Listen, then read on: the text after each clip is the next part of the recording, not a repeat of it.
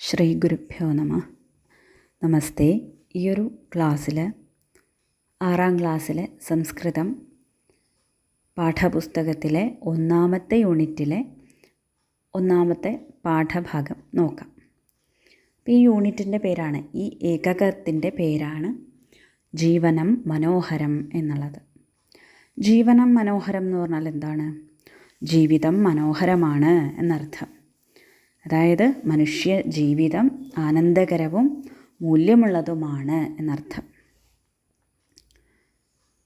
സ്നേഹ, സാഹോദര്യം, ക്ഷമ, അനുകമ്പ, വിശ്വസ്തത, സഹായമനസ്കത ഇത്യാദയഃ സദ്ഗുണാഃ മാനവജീവനെ അത്യന്താപേക്ഷിതാഃ ഭവന്തി. മാനവജീവനെ, മനുഷ്യന്മാരുടെ ജീവിതത്തിൽ അത്യന്താപേക്ഷിതമായിട്ട് തീർച്ചയായും ഉണ്ടായിരിക്കേണ്ട ചില ഗുണങ്ങളാണ് എന്തൊക്കെ? നമുക്കെല്ലാവർക്കും അറിയാം. പരസ്പരം സ്നേഹമുണ്ടാകണം, പിന്നെന്താണ്, സാഹോദര്യമുണ്ടാകണം, മറ്റുള്ളവരെ തൻ്റെ സഹോദരന്മാരെ പോലെ തന്നെ കാണാനുള്ള ആ ഒരു മനസ്സ് ഉണ്ടാകണം, ക്ഷമ ഉണ്ടാവണം. എന്തെങ്കിലും പറയുമ്പോഴേക്കും ദേഷ്യപ്പെടുക, കാര്യങ്ങൾ ആലോചിക്കാതെ പ്രവർത്തിക്കുക, അങ്ങനെ പാടില്ല. ക്ഷമയുണ്ടാവണം, അനുകമ്പ ഉണ്ടാവണം. മറ്റുള്ളവരുടെ ദുഃഖത്തിൽ നമുക്കും ദുഃഖം ഉണ്ടാവണം, അവരോട് ഒരു കാരുണ്യമുണ്ടാകണം, ദയ ഉണ്ടാവണം. ഇതൊക്കെ മനുഷ്യന്മാരോട് മാത്രം പോരാ, മറ്റ് എല്ലാ ജീവജാലങ്ങളോടും നമുക്ക് ഉണ്ടാകണം. വിശ്വസ്തത ഉണ്ടാകണം,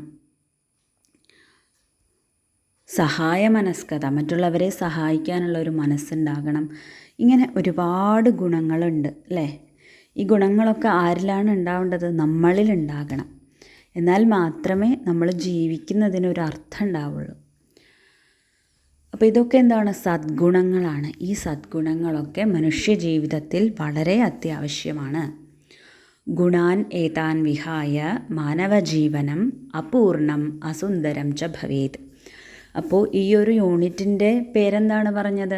ജീവനം മനോഹരം, ജീവിതം മനോഹരമാണെന്ന് പറഞ്ഞു. ഈ പറഞ്ഞ സ്നേഹം, സാഹോദര്യം തുടങ്ങിയിട്ടുള്ള ഈ ഗുണങ്ങളൊന്നും ഇല്ല എങ്കിൽ ജീവിതം മനോഹരമാണെന്ന് പറയാൻ പറ്റില്ല. അത് അസുന്ദരമായിരിക്കും, ഒരു ഭംഗിയില്ലാത്തതായിരിക്കും ജീവിതം, ഒരു സുഖമില്ലാത്തതായിരിക്കും. വെറുതെ കുറേ പൈസ ഉണ്ടാക്കി, കുറേ വലിയ വലിയ സ്ഥാനമാനങ്ങളൊക്കെ കിട്ടി, വലിയ ജോലിയിൽ കയറി എന്നൊന്നും പറഞ്ഞിട്ട് കാര്യമില്ല. എന്താ വേണ്ടത്? മനുഷ്യനായിരിക്കുമ്പോൾ ഈ ഗുണങ്ങൾ നമ്മളിൽ ഉണ്ടാകണം. എങ്കിൽ മാത്രമേ നമുക്ക് സമാധാനം ഉണ്ടാവുള്ളൂ, നമുക്ക് ജീവിതത്തിൽ സന്തോഷം ഉണ്ടാവുള്ളൂ. അതാണ് പറയുന്നത്. ഏതാൻ വിഹായ, ഈ ഗുണങ്ങളൊന്നുമില്ലെങ്കിൽ മാനവജീവനം അപൂർണം അസുന്ദരം ച ഭവേത്. മനുഷ്യൻ്റെ ജീവിതം അപൂർണമാണ്, സുന്ദരമല്ലാതാകും എന്ന് പറയുന്നു. ഏതാനാം ധാർമ്മിക മൂല്യാനാം സ്വാംശീകരണായ ശാസ്ത്രാനുഗുണജീവനായ ഏവം ജീവിത പുരോഗത്यै ച ഗുണാധിഷ്ഠിത വിദ്യാഭ്യാസഃ അവശ്യം സമാർജനീയോ ഭവേത്. അപ്പോൾ ഇങ്ങനെയുള്ള ഈ പറഞ്ഞതൊക്കെ എന്താണ്? ധാർമ്മിക മൂല്യങ്ങളാണ്. ധാർമ്മികം എന്ന് പറഞ്ഞാൽ എന്താണ്? ധർമ്മം എന്ന് നമ്മൾ കേട്ടിട്ടുണ്ട് അല്ലേ? ധർമ്മം എന്ന് പറയുന്നത് നമ്മൾ ചെയ്യേണ്ടതാണ്, അധർമ്മം എന്ന് പറഞ്ഞാൽ നമ്മൾ ചെയ്യാൻ പാടാത്തതാണ്. അപ്പോൾ ഈ പറഞ്ഞ മൂല്യങ്ങളൊക്കെ, ഗുണങ്ങളൊക്കെ, സ്നേഹം, സാഹോദര്യം, ക്ഷമ, ഈ ഗുണങ്ങളൊക്കെ നമ്മിലുണ്ടാകണം എന്ന് പറഞ്ഞു. ഇതൊക്കെ ഈ മൂല്യങ്ങളെ സ്വാംശീകരണായ, ഇതിനെയൊക്കെ നമ്മുടെ ഉള്ളിലേക്ക് വരുത്താൻ വേണ്ടിയിട്ടും ശാസ്ത്രാനുഗുണ ജീവനായ, ശാസ്ത്രം അനുശാസിക്കുന്ന പോലെ, ശാസ്ത്രം പറയുന്നത് പോലെ ജീവിക്കുന്നതിനും ഏവം ജീവിത പുരോഗത്യേച്ച, ജീവിതത്തിൻ്റെ പുരോഗതിക്ക് വേണ്ടിയിട്ടും എന്ത് വേണം? ഗുണാധിഷ്ഠിത വിദ്യാഭ്യാസ, മൂല്യത്തിൽ അധിഷ്ഠിതമായിട്ടുള്ള വിദ്യാഭ്യാസം നമ്മൾ നേടേണ്ടതാണ്. നമ്മൾ കുറേ ടെക്സ്റ്റുകൾ വായിച്ചു, അതിലത്തെ കാര്യങ്ങളൊക്കെ പഠിച്ച് കാണാപ്പാഠം പഠിച്ചു വെച്ചു, കുറേ കാര്യങ്ങൾ നമുക്കറിയാം എന്ന് പറഞ്ഞിട്ട് കാര്യമില്ല. നമ്മളുടെ വിദ്യാഭ്യാസം എങ്ങനെയുള്ളതായിരിക്കണം? ഈ പറഞ്ഞതായിട്ടുള്ള സ്നേഹം, സാഹോദര്യം, സഹായമനസ്കത തുടങ്ങിയിട്ടുള്ള ഗുണങ്ങളെയൊക്കെ നമ്മളിലേക്ക് വരുത്താൻ സഹായിക്കുന്ന വിദ്യാഭ്യാസമായിരിക്കണം നമ്മൾ നേടേണ്ടത്. ഏതദർത്ഥം സഹായകാഃ മധുരം രുചിരം ആപദി മിത്രം മിത്രം ശാസ്ത്രകൗതുകം ചേതി ത്രയഃ പാഠാഃ ഏകകേസ്മിൻ സമായോജിതാഃ ഭവന്തി. അപ്പോൾ ഇത് എന്താണ്? ഈ ഒരു പാഠപുസ്തകം നമ്മൾ പഠിക്കാൻ പോവാണ്. അപ്പോൾ മൂല്യാധിഷ്ഠിതമായിട്ടുള്ള ഈ പറഞ്ഞതായിട്ടുള്ള നല്ല ഗുണങ്ങളെയൊക്കെ നമ്മളിലേക്ക് കൊണ്ടുവരാൻ തക്കതായിട്ടുള്ള രീതിയിലുള്ള വിദ്യാഭ്യാസമാണ് നമ്മൾ സ്വീകരിക്കണത്. അപ്പോൾ അതിനനുസരിച്ചുള്ള പാഠങ്ങൾ തന്നെയാണ് ഇവിടെ കൊടുത്തിരിക്കുന്നത്. ഈ ഒരു യൂണിറ്റിൽ 3 പാഠഭാഗങ്ങളുണ്ട്. ഒന്നാമത്തെ പാഠം മധുരം രുചിരം, രണ്ടാമത്തെ ആപദി മിത്രം മിത്രം, മൂന്നാമത്തെ ശാസ്ത്ര കൗതുകം.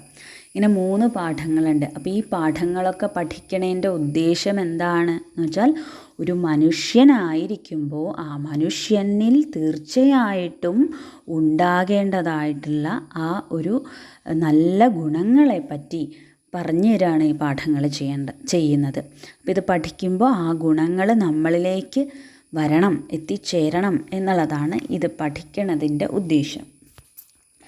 അപ്പോൾ നമുക്ക് ഒന്നാമത്തെ പാഠത്തിലേക്ക് കടക്കാം. പ്രഥമഃ പാഠഃ മധുരം രുചിരം. ഒന്നാമത്തെ പാഠമാണ് മധുരം രുചിരം എന്നുള്ളത്. മധുരം രുചിരം എന്നുള്ളതിൻ്റെ അർത്ഥം എന്താണ്? മധുരവുമാണ് മനോഹരവുമാണ്. രുചിരം എന്ന് പറഞ്ഞാൽ മനോഹരം. മധുരവുമാണ് മനോഹരവുമാണ് എന്നർത്ഥത്തിലാണ്. അപ്പം നമുക്കിവിടെ വായിച്ചു നോക്കാം. മഹതഃ സമൂഹസ്യ നിർമ്മാണായ ധാർമ്മികമൂല്യാനി പരിപാലനീയാനി ഏവ. മഹത്തായിട്ടുള്ള നല്ലതായിട്ടുള്ള ഒരു സമൂഹത്തിനെ ഉണ്ടാക്കണമെങ്കിൽ എന്ത് വേണം? ധാർമ്മിക മൂല്യങ്ങളെ നമ്മൾ സംരക്ഷിക്കണം, പരിപാലിക്കണം. വളർന്നു വരുന്ന ഓരോ കുട്ടിയിലും ധാർമ്മിക മൂല്യങ്ങൾ അവരെ പറഞ്ഞ് മനസ്സിലാക്കി അല്ലെങ്കിൽ അവർക്ക് മുന്നിൽ കാണിച്ചു കൊടുത്ത് ധാർമ്മിക ചിന്തയുള്ള നല്ല ചിന്തകളുള്ള കുട്ടികളായിട്ട് വളർത്തിക്കൊണ്ടുവരണം. അങ്ങനെ ചെയ്താൽ മാത്രമേ ഈ ഒരു സമൂഹം നല്ലൊരു സമൂഹമായിട്ട് നിലനിൽക്കുകയുള്ളൂ. നമുക്കൊക്കെ ഇവിടെ ജീവിക്കാൻ പറ്റണമെങ്കിൽ ഈ സമൂഹത്തിൽ നിന്ന് ദുഷ്ടതകളൊക്കെ ഇല്ലാണ്ടാവണം. അപ്പം അതിനു വേണ്ടി എന്ത് ചെയ്യണം? നല്ല ഗുണങ്ങളെയൊക്കെ പരിപാലിച്ചു കൊണ്ടുവരണം. അതഃ മാനവജീവനെ ധാർമ്മികമൂല്യാനാം സ്വാംശീകരണം അവശ്യം ഭവതി. അതുകൊണ്ട് മനുഷ്യജീവിതത്തിൽ ധാർമ്മിക മൂല്യങ്ങളെ സംരക്ഷിക്കണം എന്ന് പറഞ്ഞാൽ എന്താണ്? നമ്മളിപ്പോൾ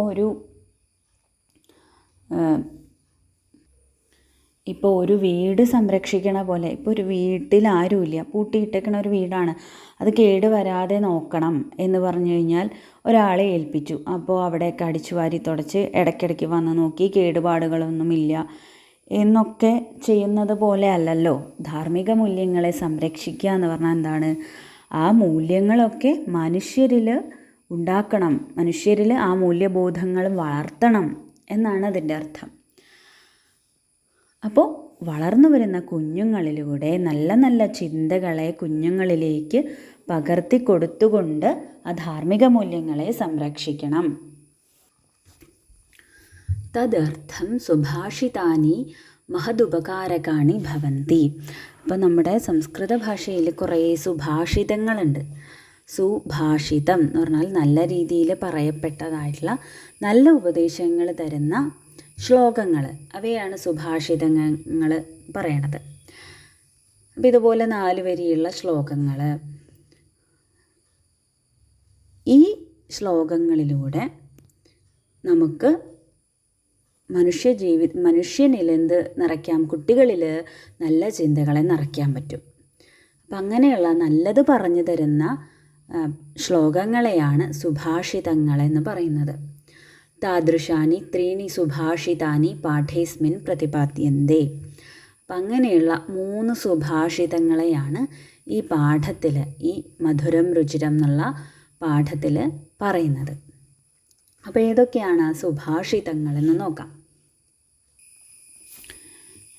ഈ സുഭാഷിതങ്ങളെ പറ്റിയിട്ട്, സുഭാഷിതം എന്ന് പറഞ്ഞാൽ സംസ്കൃതത്തിൽ അതൊരു വലിയ സാഹിത്യ ശാഖയാണ് കേട്ടോ. എണ്ണിയാലൊടുങ്ങാത്തത്ര സുഭാഷിതങ്ങളുണ്ട് സംസ്കൃത ഭാഷയിൽ. സുഭാഷിതം എന്ന് പറഞ്ഞാൽ നല്ല രീതിയിൽ പറയപ്പെട്ടിട്ടുള്ളത്, സജ്ജീവിതത്തിന് ഉതകുന്നത്, നല്ല ജീവിതത്തിന് വേണ്ടതായിട്ടുള്ള തത്വങ്ങൾ പറഞ്ഞു തരുന്നവയാണ് സുഭാഷിതങ്ങളെന്ന് പറയുന്നത്. അപ്പോൾ ഈ സുഭാഷിതങ്ങളെ പറ്റിയിട്ട് ഒരു സുഭാഷിതമുണ്ട്. എന്താണ്? ഒരു ശ്ലോകമുണ്ട്. ദ്രാക്ഷ മ്ലാനമുഖി ജാത ശർക്കര ചാശ്മത ഗത സുഭാഷിതരസസ്യാഗ്രേ സുധാഭീത ദിവം ഗത. അതായത് മധുരമുള്ള വസ്തുക്കളൊക്കെ കുറേ കാലം കഴിയുമ്പോൾ കേടുവരും. അതുപോലെ ഓരോ മധുരമുള്ള വസ്തുക്കൾ ആളുകൾ പാനം ചെയ്താൽ, കുടിച്ചു കഴിഞ്ഞാൽ അത് കഴിയും.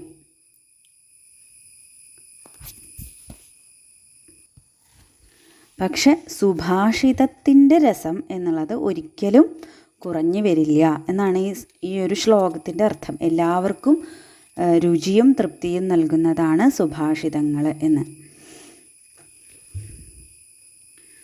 പിന്നെന്താണ്?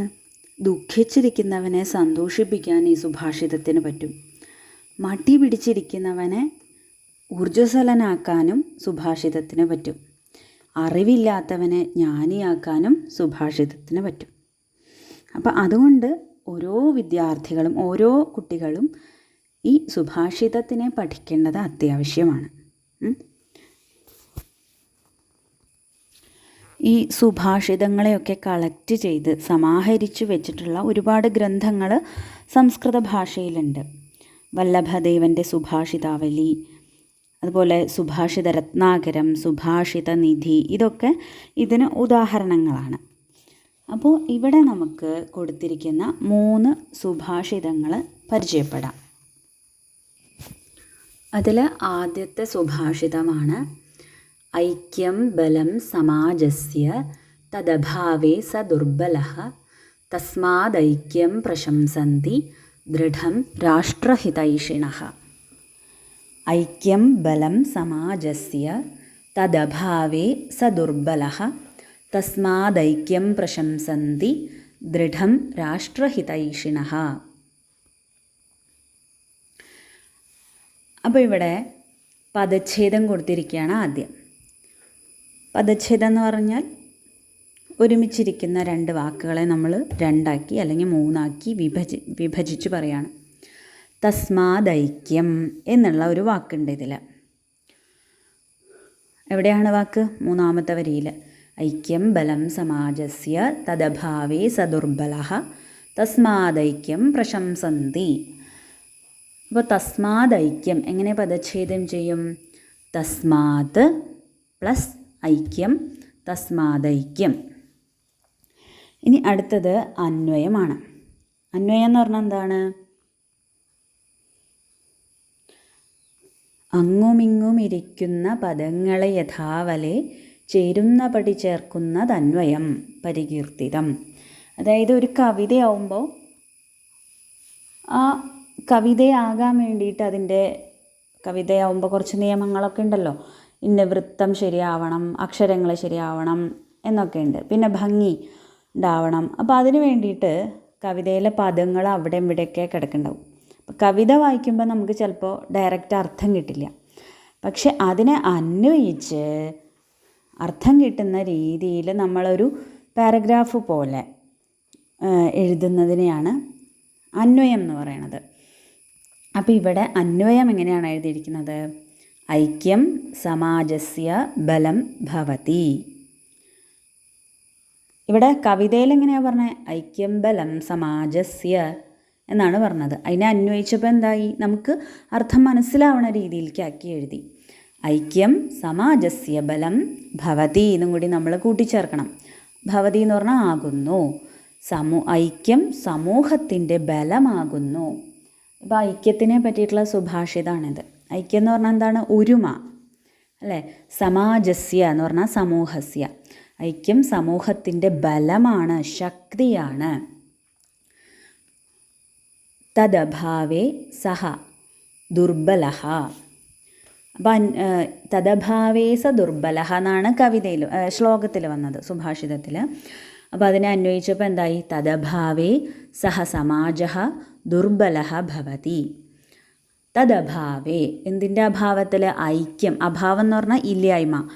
ഐക്യമില്ലാണ്ടായാൽ സഹ, ആ സമാജഃ, ആ സമൂഹം ദുർബലഃ ഭവതി, ദുർബലമായിട്ട് തീരും, അല്ലേ? ദുർബലമാകുന്നു. ഒരു സമൂഹത്തിൽ ഒരുമയില്ല, ഐക്യമില്ല എങ്കിൽ ആ സമൂഹം എന്താണ്? ദുർബലമാണ്.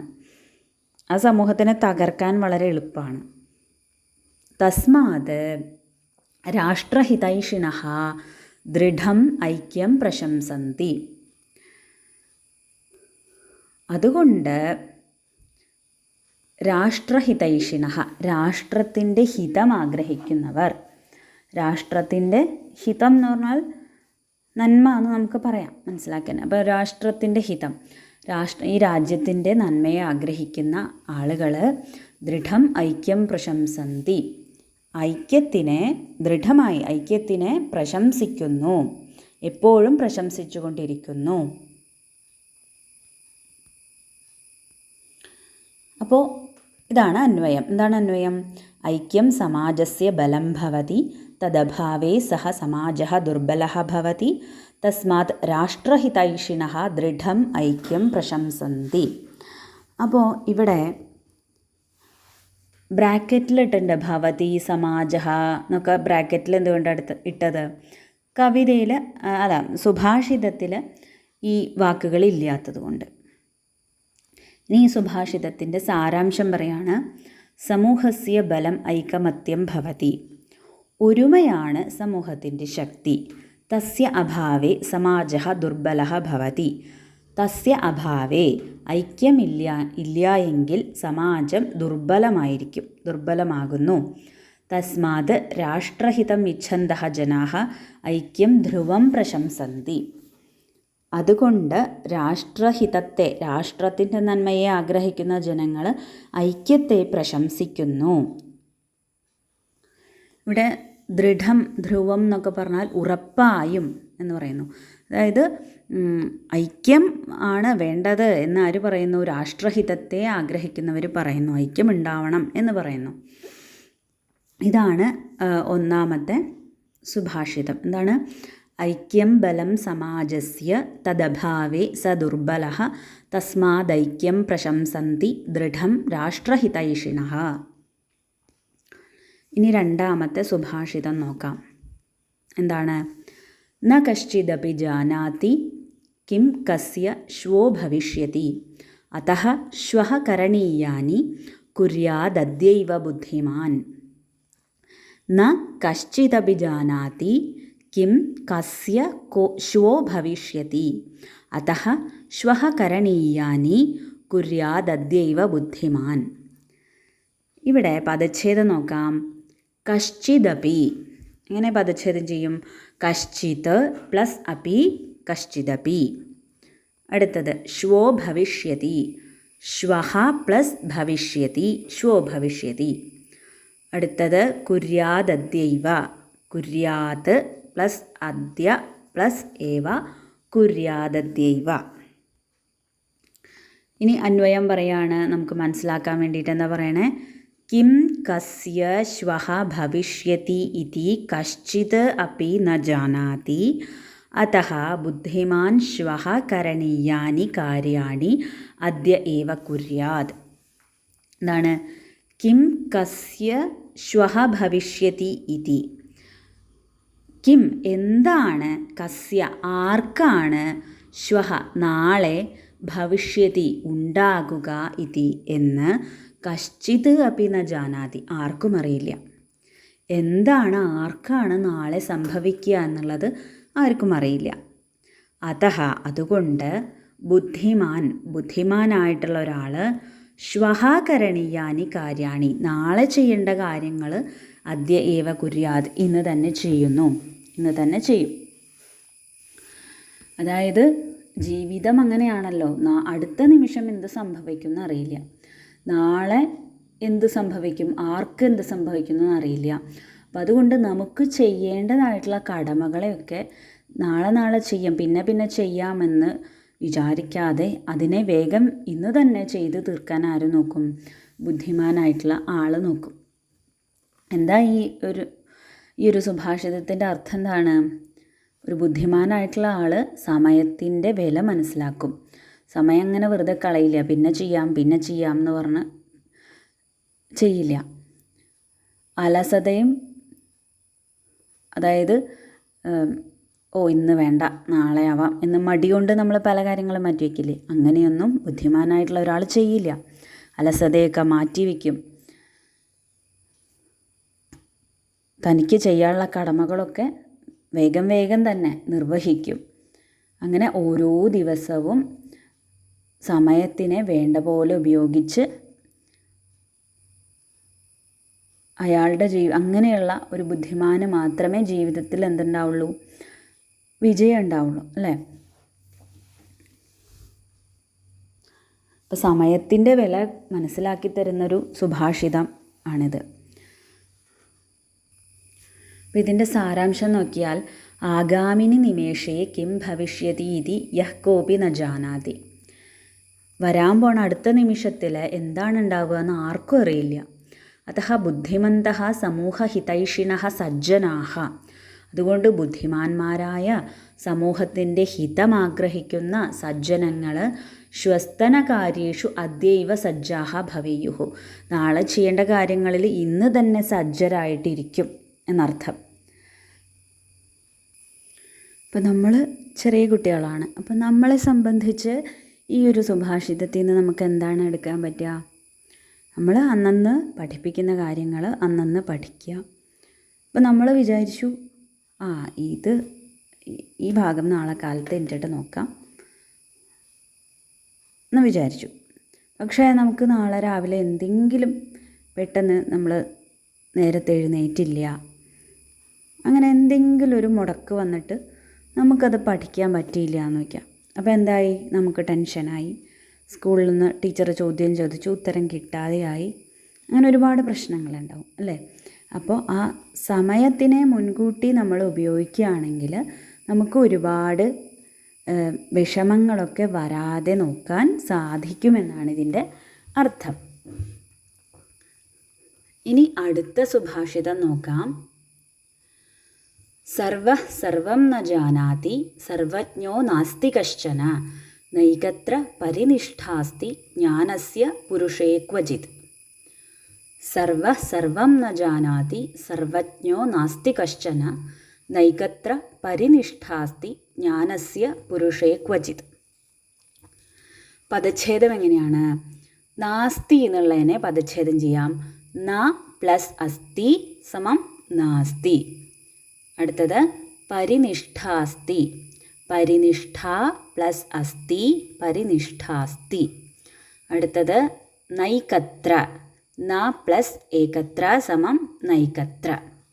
ഇനി വിഗ്രഹം എടുക്കാം. വിഗ്രഹം എന്ന് പറഞ്ഞാൽ എന്താണ്? ഒരു വാക്കിൻ്റെ അർത്ഥത്തെ നമുക്ക് വിശദീകരിച്ച് തരികയാണ് എന്ന് മനസ്സിലാക്കിയാൽ മതി. ഇപ്പോൾ സർവജ്ഞ എന്ന് പറഞ്ഞൊരു വാക്ക്, ആ വാക്കിൻ്റെ അർത്ഥം എന്താണ്? അപ്പോൾ അതിനെ നമുക്ക് വിശദീകരിച്ച് തരാണ്. സർവം ജാനാതി ഇതി. സർവം എല്ലാത്തിനെയും, ജാനാതി അറിയുന്നു, ഇതി അതായത് എല്ലാത്തിനെയും അറിയുന്നവൻ സർവജ്ഞൻ. സർവം ജാനാതി ഇതി സർവജ്ഞ. എല്ലാത്തിനെയും അറിയുന്നവൻ സർവജ്ഞൻ. അന്വയം നോക്കാം. സർവഃ സർവം ന ജാനാതി കശ്ചന സർവജ്ഞ നാസ്തി ജ്ഞാനസ്യ ഏകത്ര ക്വചിത് പുരുഷേവ പരിനിഷ്ഠ നാസ്തി. സർവഃ സർവം ന ജാനാതി. എല്ലാവരും എല്ലാതും അറിയുന്നില്ല, അല്ലേ? എല്ലാവർക്കും എല്ലാതും ഒന്നും അറിയില്ല. ചിലവർക്ക് ചില വിഷയങ്ങൾ നല്ലോണം അറിയാം, അല്ലാണ്ട് എല്ലാ വിഷയങ്ങളും ലോകത്തുള്ള എല്ലാ കാര്യങ്ങളും എല്ലാവർക്കും അറിയോ? ഇല്ല. കശ്ചന സർവജ്ഞ നാസ്തി. ആരും സർവജ്ഞനായിട്ടില്ല, എല്ലാം അറിയുന്ന ഒരാളില്ല. ജ്ഞാനസ്യ ഏകത്ര ഇല്ല എന്ന് പറയുമ്പോൾ ഈശ്വരൻ സർവജ്ഞനാണെന്ന് പറയും, അല്ലേ? ഈശ്വരനെ എല്ലാം അറിയാമെന്ന്. ഈശ്വരൻ്റെ കാര്യമല്ല ഇവിടെ പറയണേ, സാധാരണ ആൾക്കാരുടെ കാര്യമാണ്. ജ്ഞാനസ്യ ഏകത്ര ക്വചിത് പുരുഷേവ പരിനിഷ്ഠ നാസ്തി. ജ്ഞാനം ഒരു ആളിൽ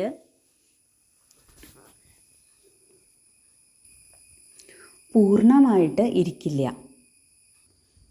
ജ്ഞാനം ഒരാളിലും പൂർണ്ണമായിട്ട് ഇരിക്കില്ല. ജ്ഞാനസ്യ